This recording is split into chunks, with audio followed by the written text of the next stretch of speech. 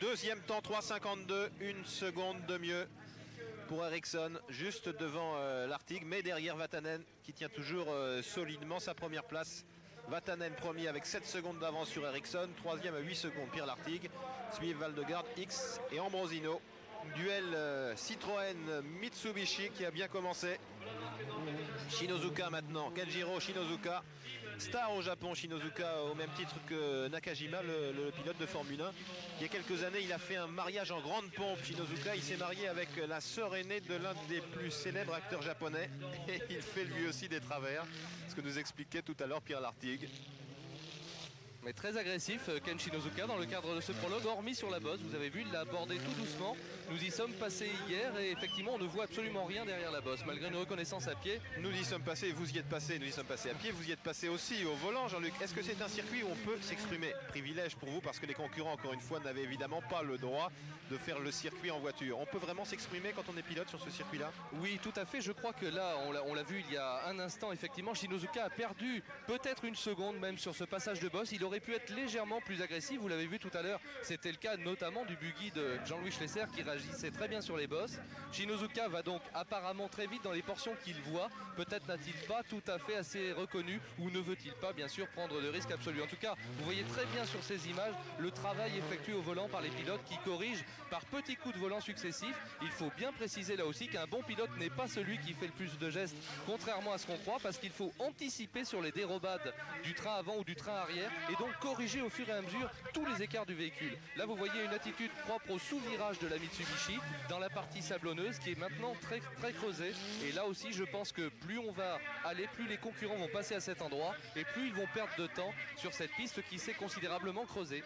Oh là, oh Shinozuka, oh là, il a failli s'envoyer sur le toit là.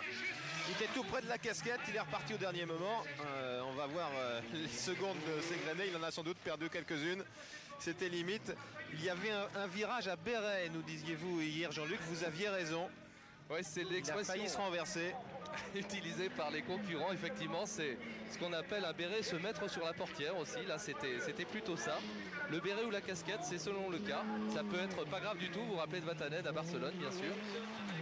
Et ça peut faire perdre un minimum de temps, mais ça peut aussi coûter très cher si certains éléments mécaniques sont endommagés. La Mitsubishi de Jean-Pierre Fontenay maintenant, avec Bruno Mousmara, la numéro 208. Voilà, on ralentit. Alors c'était vraiment juste, hein. Et Shinozuka a failli nous donner l'image du jour. C'était juste dans le dernier virage, le dernier go juste avant l'arrivée évidemment. Il risquait le tout pour le tout, Ken Shinozuka, le pilote japonais. Alors qu'ici nous suivons Jean-Pierre Fontenay qui nous disait au départ qu'il allait pouvoir pleinement jouer sa chance cette année. Lui qui a été cantonné. 4,03 quand même le temps de Shinozuka, 6e. C'est un serre entre Jackie X et Ambrosino.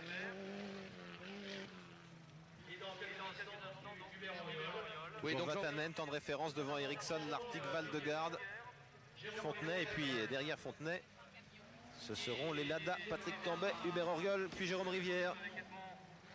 Alors qu'un problème. Oh, justement, problème Lada. Il s'agit peut-être de Patrick Tambay. Certainement, puisqu'il est parti avec la 209. On va peut-être essayer de suivre Patrick Tambay si cela est possible. Un problème, vous avez vu tout le carénage arrière qui s'est arraché, c'est ça. On se souvient de cette image ahurissante des Lada à la fin du rallye de Tunisie cette année, avec X qui était rentré dans un âne. Il avait complètement l'avant de la voiture, tout le capot défoncé, et les autres aussi avaient eu des ennuis, avec en particulier Tumaljavicius, le soviétique, qui conduit d'une manière extrêmement rapide, mais parfois peut-être un peu trop. Patrick Tambay qui a eu un pépin donc à la voiture de Tambay. Oui, oh là là, il manque une portière. Oui, Patrick, décidément, la partie française du Paris-Dakar ne lui réussit plus du tout ces dernières années. On se souvient qu'il avait commencé à entendre des bruits bizarres dans la descente l'année dernière, avant d'abandonner dès la première liaison, à peine après Tripoli. Le temps de Fontenay, 4 minutes 10 secondes, la 8e position. C'est derrière Ambrosino. Ah ouais, des pépins pour Patrick Tambay. Noël, Karl, bien sûr, vous allez nous le récupérer dès qu'il arrivera pour qu'il nous explique ce qui s'est passé.